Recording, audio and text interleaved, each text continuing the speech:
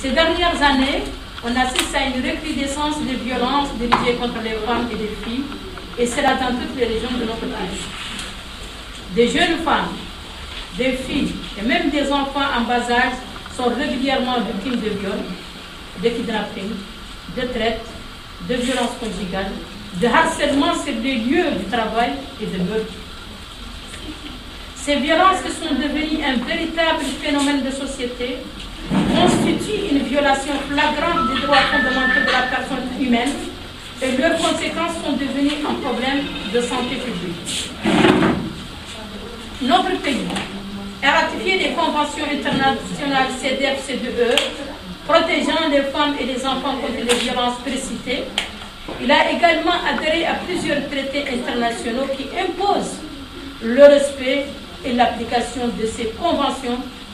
C'est là qui exige de l'État mauritanien l'appropriation et l'intériorisation de l'esprit de ces textes, l'harmonisation de notre législation nationale avec leurs dispositions et leur intégration dans le droit positif mauritanien.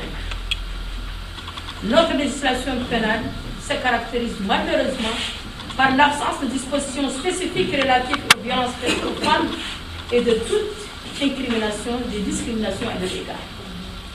Les victimes survivantes de ces violences, en quête de protection et de réparation des préjudices physiques et moraux subis, sont confrontées aux déficiences de la justice et à l'inobservation des mesures strictement prescrites par des textes de loi internationales en la matière.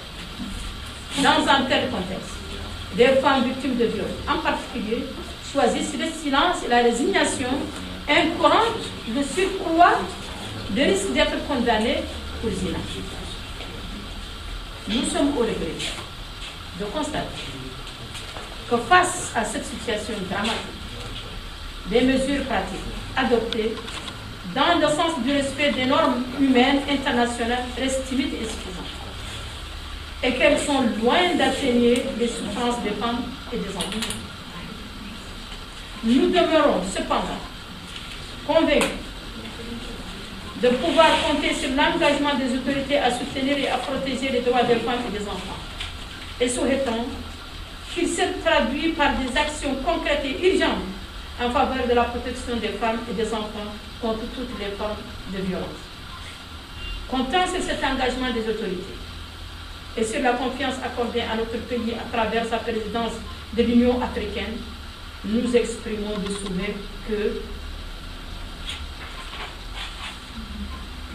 les initiatives de loi protégeant les femmes contre toutes les formes de violence élaborées par la société civile et transmises à la présidence de la République en 2012 lors de la marche des femmes, pacifique des femmes, donc en 2012, et transmise deux fois au Wali de Nouakchott à l'occasion du meurtre de la petite fille Penda Sogué et Khadi Touré.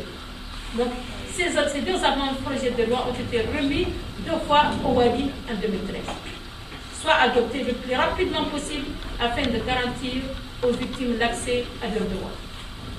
Par la suite, nous demandons la levée de la réserve générale sur la CEDEAO ou la spécification officielle des deux réserves sur l'article 13 et 16 de cette convention. Donc, c'est à Nouakchott, donc les signateurs 14.